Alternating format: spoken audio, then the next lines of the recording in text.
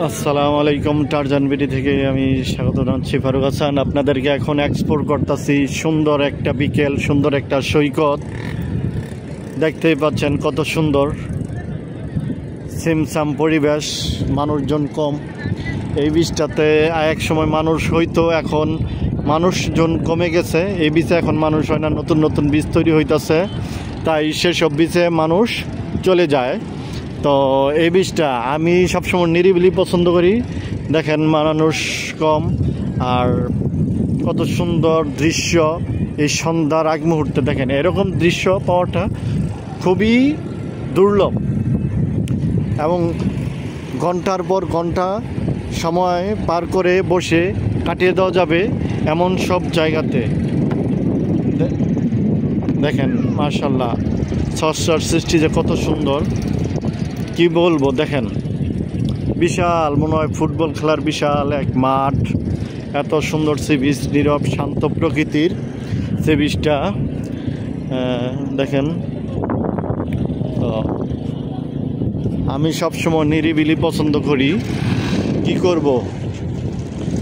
তারপরও প্রচুর মানুষ আইসা বইরা যায়।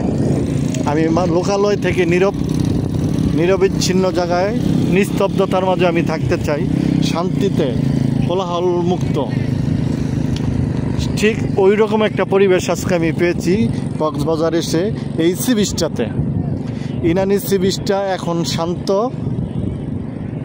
মানুষহীন, খুব সুন্দর একটা জায়গা। এখন পরিবেশটা অনেক সুন্দর, শান্ত, মানুষজন নাই তেমন, যে কারণে আমার কাছে অনেক ভালো লাগতেছে। আপনাদেরকেও আমি দেখাচ্ছি যে এখানকার প্রকৃতি এবং পরিবেশ শান্ত কত। আর সমুদ্রের গর্জন তো আপনারা শুনতেই পাচ্ছেন। এখন সমুদ্রে তেমন ঢেউ নাই, উত্তাল নাই, সমুদ্রের গর্জনও কম। যত উত্তাল হবে তত গর্জন হবে। দেখেন মাশাআল্লাহ, কত শান্ত প্রকৃতির, কত সুন্দর। আপনারা নিজ চোখে না দেখলে বুঝতে পারবেন না এটার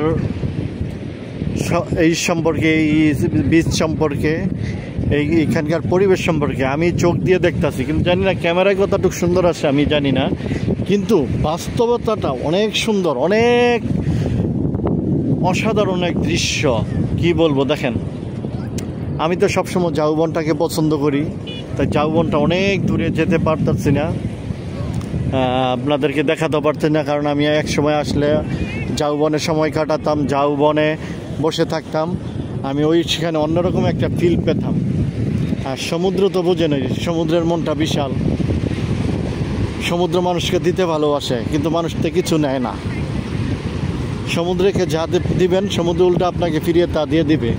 তাই দেখেন ঘোড়ায় চড়ে টকবগিয়ে যাচ্ছে কচুয়ান। ঠিক সেই কচুয়ানরা ঘোড়া নিয়ে ছুটছে। আমি সমুদ্রের পাড়ে, দেখেন কত সুন্দর শান্ত। আজকে সমুদ্রটা একবারে শান্ত, ঠিক আছে, একবারে শান্ত। আমি নিজেও একজন শান্ত, কি বলবো। দেখেন মানুষজন সীমিত সংখ্যক, একদম কি বলবো।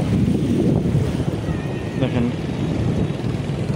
বলার মতো নেই, একবারে শান্ত প্রকৃতির। এখন অবশ্য জোয়ার আছে, তাই জোয়ারে পানিটা অনেক, ওইখানে পাথর গিলেন, কারণ ওই পাথর সাইডও আগে মানুষজন যাইতো, ওইখানে বসতে পারতাম, কিন্তু এখন জোয়ার, কিন্তু এখানকার ঢেউটা কম। জোয়ারে এখানে পরিপূর্ণ হয়ে গেছে। তারপরে মানুষজন, ওই যে দূরে মানুষজন দেখা যাচ্ছে, কি বলবো, ওই যে মানুষ এখানে ঘুরতেছে, গোসল করতেছে। ওইখানে পানি অল্প, ওই জোয়ারের কারণে দেখেন অল্প পানি, একদম দেখেন।